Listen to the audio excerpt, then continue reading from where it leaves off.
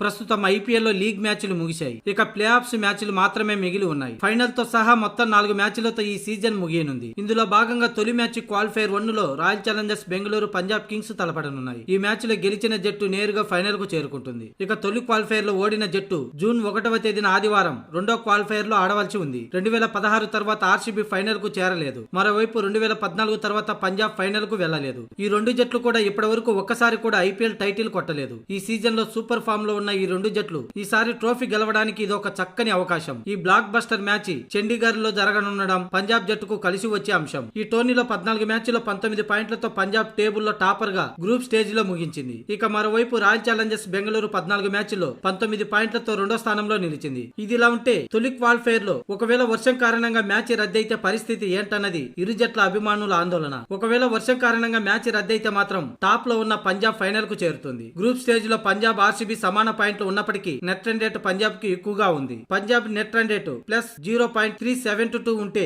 RCB net run rate plus 0.310 గా ఉంది. వర్షం పడి మ్యాచ్ రద్దయితే తొలి క్వాలిఫైర్ కు రిజర్వేడే లేదు. దీంతో పంజాబ్ టేబుల్లో టాపర్ కాబట్టి ఫైనల్ కు వెళ్తుంది. అయితే ఈ మ్యాచ్ కు ఎలాంటి వర్షం ముప్పు లేకపోవటం గుడ్ న్యూస్ గా చెప్పవచ్చు. మ్యాచ్ సాయంత్రం 7:30 ప్రారంభం అవుతుంది.